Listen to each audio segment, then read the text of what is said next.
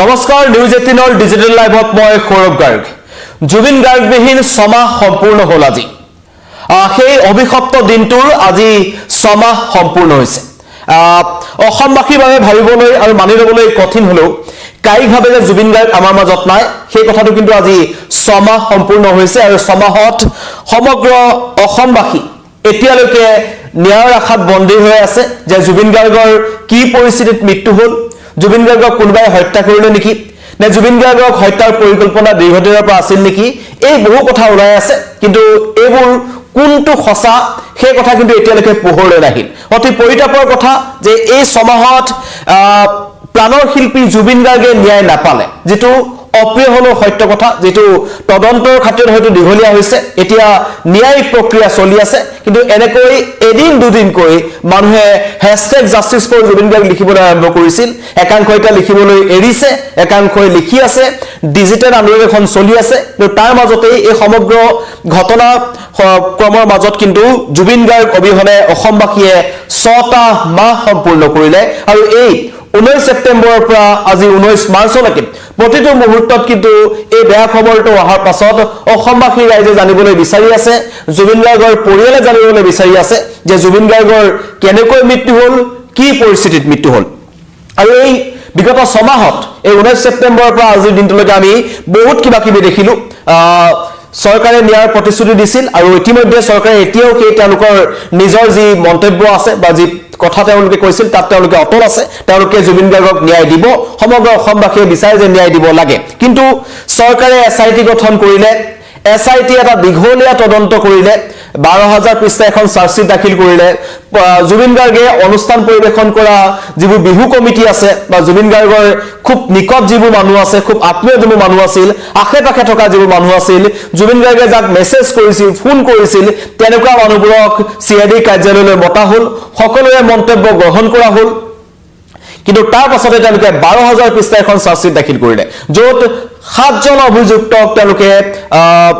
মূল অভিযুক্ত বুলি ধৰিছিল যিজন হৈছে শ্যামকানু মহন্ত যিজনৰ নিমন্ত্ৰণ মৰ্মে জুবিন গাৰ্গ সিংগাপুৰলৈ গৈছিল নৰ্থ ইষ্ট ফেষ্টিভেলত অংশগ্ৰহণ কৰিবৰ কাৰণে আৰু লগতে জুবিন গাৰ্গৰ মেনেজাৰ সিদ্ধাৰ্থ শৰ্মা যিজনৰ কুকীৰ্তি ওলাই আছে যে জুবিন গাৰ্গক তেওঁ আৰম্ভণিৰ পৰাই কেনেকৈ লুটিপুটি খাইছিল তাৰ পিছত আহিল সন্দীপন গাৰ্গ যিজন বকু সমাজিলাৰ ডিএসপি আছিল যিজন সম্পৰ্ক জুবিন গাৰ্গৰ খুৰাকৰ ল'ৰা তেওঁ প্ৰথমবাৰ বিদেশ ভ্ৰমণলৈ গৈছিল ককায়েকৰ লগত তাৰ পিছত আহিল শেখৰ জ্যোতি গোস্বামী যিজনৰ জুবিন গাৰ্গক লুটিপুটি খাইছিল জুবিন গাৰ্গৰ বাদ্যযন্ত্ৰী অনুপ্ৰভা মহন্ত এগৰাকী তথাকথিত গায়িকা 2-3টা গান গাইছিল কিন্তু তেওঁ শ্যামকানু মহন্তৰ আমন্ত্ৰণত তেওঁ গৈছিল সিংগাপুৰলৈ আৰু লগতে জুবিন গাৰ্গৰ দুজন দেহৰক্ষী পৰেশ বৈশ্য আৰু নন্দেশ্বৰ বৰা যি দুজনৰ একাউণ্টত প্ৰায় কোটি টকাৰ লেনদেন পাইছিল জুবিন গাৰ্গৰ টকা কিন্তু তেওঁলোকৰ আৰক্ষী বিষয়া আছিল তেওঁলোকক অভিযুক্ত খাই ধৰা হৈছে কিন্তু অতি পৰিতাপৰ কথা যে ছমাহ উকলি গ'ল এই প্ৰবাসী অসমীয়াসকল য'ত সিংগাপুৰৰ যিখন অভিশপ্ত ইয়ত ক্ৰেজি মংকি বুলি যিখন ইয়ত আছিল য'ত জুবিন গাৰ্গৰ মৃত্যু হৈছিল বা তাত অঘটনটো সংঘটিত হৈছিল সেই অভিশপ্ত সময়খিনি তাতেই সংঘটিত হৈছিল বুলি কোৱা হৈছিল সেই ইয়তখনলৈ লৈ যোৱা সেই প্ৰবাসী অসমীয়াসকলক এসআইটিয়ে তেওঁলোকক অভিযুক্ত খাই নধৰিলে আৰু এতিয়া সিংগাপুৰৰ যিখন কৰোনাছ আদালত আছে তেওঁলোকে 25 তাৰিখে তেওঁলোকে চূড়ান্ত ৰায় দিব কিছুদিন পূৰ্বে চূড়ান্ত ৰায় দিয়াৰ কথা আছিল কিন্তু পিছুৱাই দিছিল যে 25 তাৰিখে তেওঁলোকে চূড়ান্ত ৰায় দিব তাত তেওঁলোকৰ ভাষ্য গ্ৰহণ কৰা হৈছে আৰু সেই ভাষ্যৰ ভিত্তিত পুনৰ সকলোৱে আশা কৰিছে যে জুবিন গাৰ্গৰ লগত প্ৰকৃততে কি হ'ল সেই কথা যাতে পুনৰবাৰ পোহৰলৈ আহে কিন্তু এই সময়ছোৱাত যদি কওঁ আটাইতকৈ দুৰ্ভাগ্যজনক কথা এই ছমাহত যে নিজৰ বলিষ্ঠ কণ্ঠ নিজৰ প্ৰতিভাৰে সমগ্ৰ বিশ্বজুৰা এই শিল্পীগৰাকীৰ যিটো সমাধি বা যিটো জুবিন ক্ষেত্ৰ বুলি কোৱা হৈছে য'ত তেওঁৰ শেষ শয়নস্থলী সোণাপুৰৰ জুবিন ক্ষেত্ৰ কিন্তু এতিয়াও অৰ্ধনিৰ্মিত চূড়ান্ত অৱহেলিত আৰু সেপ্টেম্বৰ মাহৰ পৰা এই 13 মাৰ্চলৈকে আচলতে ধূলিত পুত খাই আছিল জুবিন ক্ষেত্ৰৰ আশে-পাশে জুবিন ক্ষেত্ৰৰ যেতিয়া প্ৰথমতে তাত জুবিন গাৰ্গক যেতিয়া তাত অন্ত্যেষ্টিক্ৰিয়া কৰা হ'ল তাৰ পাছত হাজাৰ হাজাৰ জুবিন অনুৰাগীৰ আগমন ঘটি আছে এতিয়াও ঘটি আছে কিন্তু তাত একাংশ স্থানীয় ৰাইজে প্ৰথমতে এখন তেওঁলোকে কমিটি গঠন কৰিলে সেই কমিটিৰ লগত আমি জুবিন ক্ষেত্ৰত অন্য এখন কমিটিৰ দুৰ্বাদল কাজিয়া দেখিলো তাৰ পিছত জুবিন গাৰ্গৰ এই যি জুবিন ক্ষেত্ৰ আছে সেইটো সাফা কৰিবলৈ মানুহৰ অভাৱ হ'ল পৰৱৰ্তী সময়ত ধুলিৰ এক পুট খালে আৰু তাত পানী দিয়াৰ ব্যৱস্থা কৰা নহল মাজতে বিদ্যুৎ কৰ্তন কৰা হ'ল সেইটো পিছত শক্তি বিভাগৰ ফালৰ পৰা কোৱা হৈছিল যে বিদ্যুৎ কৰ্তন কৰা হোৱা নাছিল কিবা কাৰণত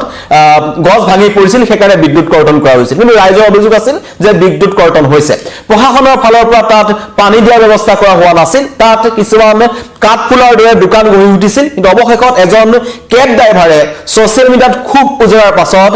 মহানগৰ জিলা প্ৰশাসনে জুবিন ক্ষেত্ৰৰ পৰা সেই দোকান পোহাৰবোৰ আঁতৰাই দিছিল কিন্তু এতিয়াও যি জুবিন ক্ষেত্ৰৰ বাউণ্ডাৰী যি ৱাল আছে সেই ৱাল নিৰ্মাণৰ কাম সম্পূৰ্ণ নহল কিন্তু 13 মাৰ্চত যিজাক বৰষুণ আহিল সেই বৰষুণ যাকে কিন্তু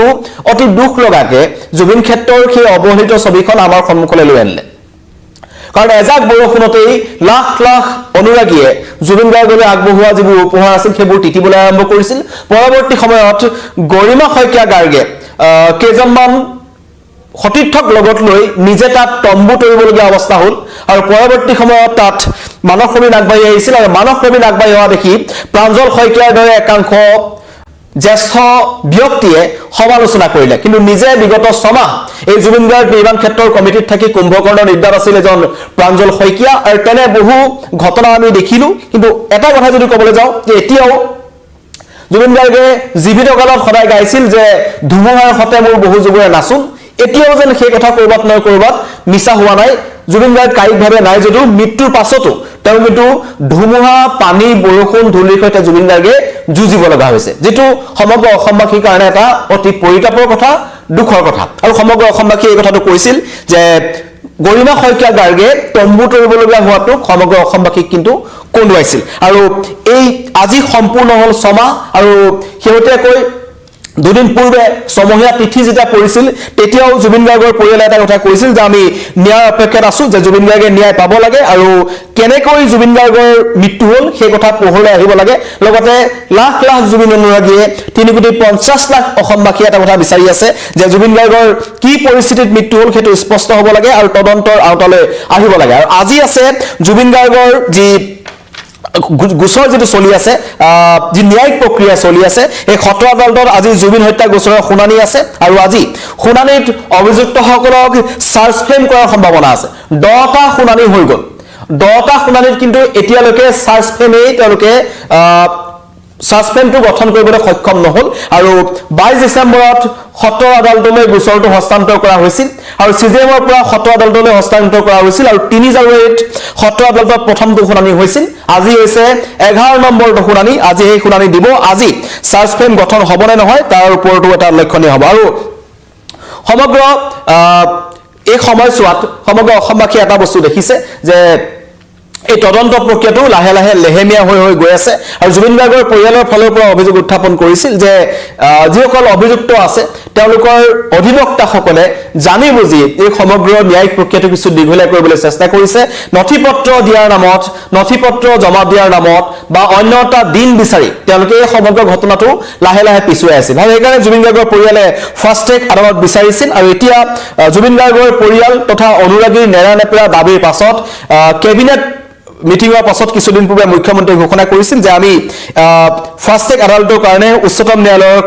সমগ্ৰ ঘটনাটো আমি দিছো আবেদন কৰিছো যাতে ফাষ্ট ট্ৰেক আদালতৰ জৰিয়তে এই জুবিন গাৰ্গৰ সমগ্ৰ এই যি বিচাৰ প্ৰক্ৰিয়া আছে বা গোচৰ প্ৰক্ৰিয়াটো আছে সেইটো চলিব লাগে সকলোৰে দাবী যে ন্যায় পাব লাগে জুবিন গাৰ্গে কিন্তু জুবিন গাৰ্গ নোহোৱা হোৱা আজি 6 মাহ সম্পূৰ্ণ হ'ল আৰু এই 6 মাহত আমি বহু ঘটনা দেখিলো ইতিমধ্যে মই কৈছো যে এসআইটি গঠন কৰা হ'ল এসআইটি তদন্ত কৰিলে তদন্তত বহু বিস্ফোৰক তথ্য পোৱা গ'ল যে জুবিন গাৰ্গক লুটিপুটিয়াই কাংকৈ খাই আছিল আৰু পৰৱৰ্তী পৰ্যায়ত এতিয়া সেই সকল অভিযুক্তক অতি পৰিতাপৰ কথা যে এই অভিযুক্ত কিজনক এতিয়ালৈকে কিন্তু ভাৰ্চুৱেলি তেওঁলোকক হাজিৰ কৰাই থকা হৈছে তেওঁলোকক সুখৰিৰে আদালতত তেওঁলোকক হাজিৰ কৰাৰ পৰা নাই আৰু জুবিন গাৰ্গৰ পৰিয়ালে যি মন্তব্য কৰিছে যে এতিয়ালৈকে তেওঁলোকৰ মুখত কোনো ধৰণৰ অনুশোচনা তেওঁলোকে দেখা নাই জুবিন গাৰ্গ বিহীন 6 মাহ আৰু এতিয়াও জুবিন অনুৰাগীসকলে লিখি আছে ন্যায় আশাত বন্দী হৈ আছে আৰু এখন ডিজিটেল আন্দোলন চলি আছে #justice for Jubin Garg ধন্যবাদ